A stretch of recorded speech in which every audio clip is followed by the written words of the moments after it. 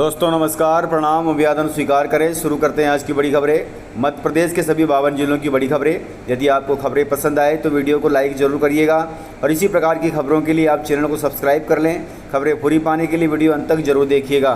मध्य प्रदेश में primary school अर्थात कक्षा 1 से 8वीं तक के छात्रों को मिली है बड़ी राहत। बदले गए नियम और जारी हो गए इसके लिए आदेश। मध्य प्रदेश में स्कूल शिक्षा विभाग द्वारा कक्षा 1 से 8वीं तक के छात्रों को बड़ी राहत दी गई है। स्कूल शिक्षा विभाग द्वारा दूसरे स्कूल में एडमिशन के नियम बदल दिए गए हैं। इसके लिए एडमिशन के समय ट्रांसफ़र सर्टिफिकेट जमा करने की अनिवार्यता को पूरी तरह से समाप्त कर दिया गया है। अर्थात आप प्राइमरी कक्षा में पढ़ते हैं और दूसरे स्कूल में अपना दाखिला कराना चाहते हैं तो एडमिशन के दौरान आपको टीसी की ज़रूरत नहीं पड़ेगी। कक्षा 1 से 8 तक के बच्चों के प्रवेश के लिए अब ट्रांसफ़र सर्टिफिकेट छात्रों का भविष्य का रोड़ा नहीं बनेगा। वहीं पहली से कक्षा 8वीं तक के एडमिशन राइट टू एजुकेशन नियम के तहत ही होंगे। हालांकि यह नियम सिर्फ पहली से 8वीं तक के कक्षा के छात्रों के लिए तय किए गए हैं। 9वीं से 12वीं तक के लिए किसी भी तरह का परिवर्तन नहीं किया गया है। अर्थात 9वीं से 12वीं में पढ़ रहे छात्रों को किसी दूसरे स्कूल में दाखिला लेना है तो आपको टीसी लगेगी। इसमें किसी भी प्रकार के नियम में बदलाव नहीं हुआ है।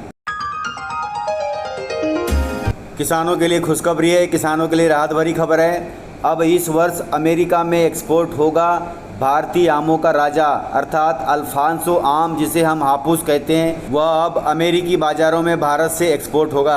आम उगाने वाले भारतीय किसानों के लिए खुशी की बात है। अब केंद्र सरकार ने आने वाले सीजन में अमेरिका के लिए भारतीय आमों के निर्यात के लिए मंजूरी प्राप्त कर ली है। अब मार्च के बाद से आमों की अल्फांसो किस्म का निर्यात करने में भारत सक्षम हो सकेगा। अर्थात भारत का अल्फांसो आम, जिसे हम हापुस आम कहते हैं, वह अमेरिकी बाज़ारों में बिकेगा। हापुस आम भारत का सबसे महंगा आम है। इसे आमों का राजा कहा जाता है। साल 2017 से 2020 के दौरान अमेरिका को भारत ने रिकॉर्ड 3000 मीट्रिक टन आमों का निर्यात किया था। इससे पता चलता है कि वहाँ के लोग भारतीय आमों के बड़े शौकीन हैं। कृषि विशेषज्ञों का अनुमान है कि 2022 में आम का एक्सपोर्ट नया रिकॉर्ड बनाएगा, जिससे आम की फसल पैदा करने वाले किसानों की आमदनी बढ़ेगी। मध्य प्रदेश में पंचायत चुनाव को लेकर बड़ी खबर है। सरकार ने सभी कलेक्टरों को जारी किए आदेश। 17 जनवरी से शुरू होगी ये प्रक्रिया। मध्य प्रदेश में पंचायत चुनाव पर बड़ी अपडेट सामने आ रही है। पंचायत चुनाव निरस्त होने के बाद अब सरकार द्वारा एक नया आदेश जारी किया गया है। राज्य शासन द्वारा कलेक्टरों को आदेश जारी कर दिए हैं, जिसके मुताबिक पंचायतों में परिसीमन का आदेश जारी किया गया है। पंचायत विभाग ने सभी जिला कलेक्टरों को परिसीमन के आदेश जारी कर दिए हैं, जिसके बाद त्रिस्तरीय पंचायत चुनाव की प्रक्रिया एक बार फिर से शुरू हो गई है। आदेश के अनुसार पंचायत विभाग द्वारा वार्डवार प्रभारियों से 17 जनवरी तक उनके क्षेत्र की जनसंख्या से संबंधित जानकारी मांगी गई है। इसमें परिसीमन की प्रक्रिया 17 जनवरी से शुरू होकर 25 फरवरी 2022 तक चलेगी।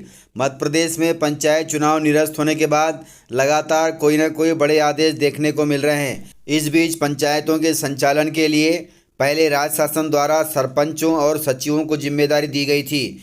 बाद में शिवराज सरकार ने अपना फैसला वापस ले लिया था, जिसके बाद सरपंच और सचिवों द्वारा वित्तीय अधिकार की मांग की जा रही थी। इस मामले में सरपंच सरकार के खिलाफ लंबित होते नजर आ रहे थे, जिस पर अब सरकार ने आदेश जारी किया है कि नए आदेश के मुताबिक 17 जनवरी से पंचायत सचिवों से जानकारी मांगी गई है। आप सभी जानते हैं पंचायत चुनाव पर ओबीसी आरक्षण का मामला अभी सुप्रीम कोर्ट में लंबित है। इस पर लगातार सुनवाई की जा रही है। माना जा रहा है कि जब तक 27% ओबीसी आरक्षण को लेकर कोई फैसला नहीं हो जाता तब तक पंचायत चुनाव की घोषणा नहीं की जा सकेगी। इस पर 17 जनवरी को सुप्रीम कोर्ट फैसला सुनाएगा, लेकिन उससे पहले सरकार ने आदेश जारी कर दिया है। सभी पंचायत सचिवों से कहा गया है कि वार्डवार जनसंख्या संबंधित जानकारी दी जाए।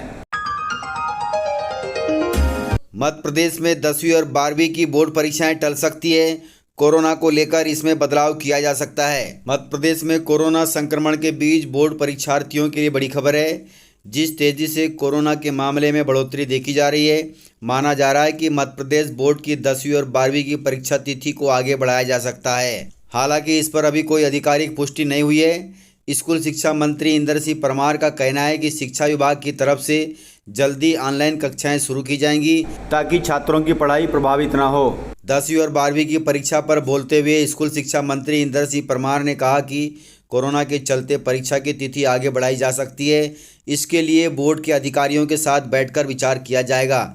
इसमें कोई बड़ा फैसला लिया जाएगा। हालांकि कोरोना संक्रमितों की संख्या में बढ़ोतरी नहीं होती है तो परीक्षा समय पर आयोजित की जाएगी, लेकिन यदि बढ़ोतरी होगी तो परीक्षा तिथि में बदलाव हो सकता है। लेकिन हम सभी जानते हैं कि मध्य प्रदेश में कोरोना बहुत तेज़ी से बढ़ रहा है। हालांकि मध्य प्रदेश बोर्ड द्वारा परीक्षा की तैयारियां पूरी कर ली गई हैं। 10वीं की परीक्षा 18 फरवरी से शुरू होकर 10 मार्च तक चलेंगी। वहीं 12वीं की परीक्षाएं 17 फरवरी से शुरू होकर 12 मार्च तक चलेंगी। दरअसल कोरोना के बढ़ते संक्रमण और तीसरी लहर को देखते हुए परीक्षा पहले आयोजित करने का निर्णय लिया गया था, लेकिन अब इस तिथि में और बदलाव देखने को मिल सकता है। स्वामित्व योजना को लेकर बड़ी खबर है। मध्य प्रदेश में स्वामित्व योजना सबसे आगे चल रही है। इसके लिए सीएम शिवराज सिंह चौहान ने अधिकारियों को निर्देश दिए हैं। प्रदेश के इन जिलों को मिलेगा इस योजना का लाभ। मध्य प्रदेश ने एक बार फिर से स्वामित्व योजना में इतिहास रचा है। योजना में अन्य राज्यों के मुकाबले मध्य प्रदेश सबसे आगे रहा है। मध्य प्रदेश के शीर्ष स्थान पर होने पर सीएम शिवराज सिंह चौहान ने समीक्षा बैठक में अधिकारियों की तारीफ की। इस दौरान सीएम शिवराज सिंह चौहान ने अधिकारियों को कड़े निर्देश भी दिए। मध्य प्रदेश में स्वामित्व योजना की शुरुआत सबसे पहले हरदा जिले में हुई थी। हरदा जिले में प्रधानमंत्री मोदी ने इस योजना की बड़ी प्रशंसा की है। मध्य प्रदेश ड्रोन तकनीकी के उपयोग में भी आगे बढ़ रहा है। निरंतर ड्रोन तकनीकी का विस्तार करते हुए इस वर्ष के अंत तक 60 ड्रोन उपलब्ध कराए जाएंगे। ड्रोन फ्लाइंग के लिए 50,000 ग्रामों का लक्ष्य और अधिकार अभिलेख निर्माण के लिए 42,000 ग्रामों का लक्ष्य निर्धारित किया गया है। अर्थात प्रदेश के इन ग्रामों में ड्रोन के माध्यम से योजना की शुरुआत होगी और धीरे धीरे करके प्रदेश के सभी जिलों को इससे लाभान्वित किया जाएगा। स्वामित्व योजना का मतलब है कि आपके मकान का पट्टा होगा, उसकी रजिस्ट्री होगी, उस पर आप किसी भी बैंक से लोन ले सकेंगे। मध्य प्रदेश में कोरोना की रफ्तार बहुत तेज़ी से बढ़ रही है। तीसरी लहर में ऐसी बेफिक्री ठीक नहीं है सरकार की। पाबंदी लगाने में बीजेपी शासित 5 बड़े राज्यों में मध्य प्रदेश सबसे पीछे चल रहा है। इसलिए कोरोना बहुत तेज़ी से फैल रहा है। नाइट कर्फ्यू, शादी और शवरात्रा में लिमिट, बाकी सब खुला हुआ चल रहा है। सरकार को इस पर जल्दी से ध्यान देना चाहिए, नहीं तो बहुत बड़ी दिक्कत आ सकती है। मध्य प्रदेश में कोरोना जिस स्पीड से बढ़ रहा है उससे आशंका लगाई जा रही है कि तीसरी लहर का पीक जनवरी के अंतिम सप्ताह में आ जाएगा। सरकार पाबंदियां बढ़ाने के पक्ष में नहीं है। देश में महाराष्ट्र में सबसे ज़्यादा केस आ रहे हैं, लेकिन मध्य प्रदेश में कोरोना फैलने की स्पीड महाराष्ट्र से भी ज़्यादा है। अर्थात आए दिन बहुत ज़्यादा स्पीड से केस आ रहे हैं। अगर ऐसा ही चलता रहा तो महाराष्ट्र से भी मध्य प्रदेश आगे हो जाएगा। इसलिए सरकार को पाबंदी लगाना चाहिए।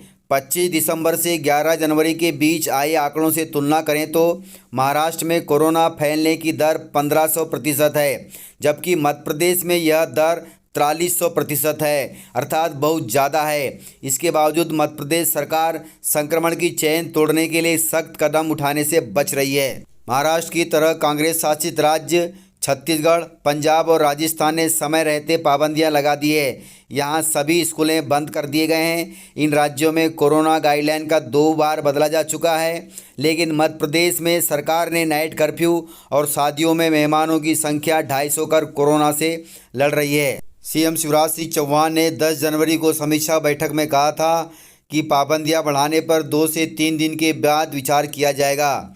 बीजेपी शासित राज्य में गुजरात और कर्नाटक की तुलना में संक्रमण फैलने की स्पीड मध्य प्रदेश में सबसे ज़्यादा है।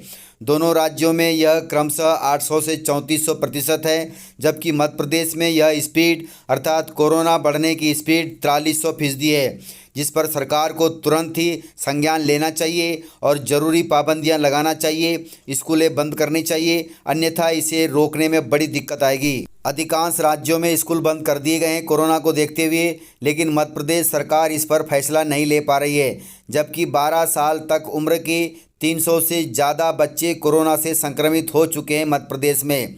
गुजरात, हरियाणा और कर्नाटक में स्कूल के साथ साथ कॉलेजों को भी बंद कर दिया गया है। मध्य प्रदेश के स्कूल शिक्षा मंत्री इंदर सिंह परमार ने प्राइमरी व मिडिल स्कूल बंद करने का प्रस्ताव लाया था, लेकिन सीएम शिवराज सिंह चौहान ने इसे टाल दिया। उन्होंने कहा कि 2 से 3 दिन के बाद इस पर फैसला लिया जाएगा। तो इस प्रकार से जानकारियाँ थी। यदि आपको जानकारियाँ पसंद आई हो तो वीडियो को लाइक ज़रूर करिएगा, और यदि आपने वीडियो पूरा देखा है तो उसके लिए बहुत बहुत धन्यवाद। वीडियो को ज़्यादा से ज़्यादा अपने दोस्तों में शेयर करें ताकि वे भी जानकारियों से अपडेट रहें और जानकारियों का लाभ ले सकें। तो आज के वीडियो में इतना ही। मिलते हैं सर अगले वीडियो के साथ, तब तक के लिए जय हिंद जय भारत।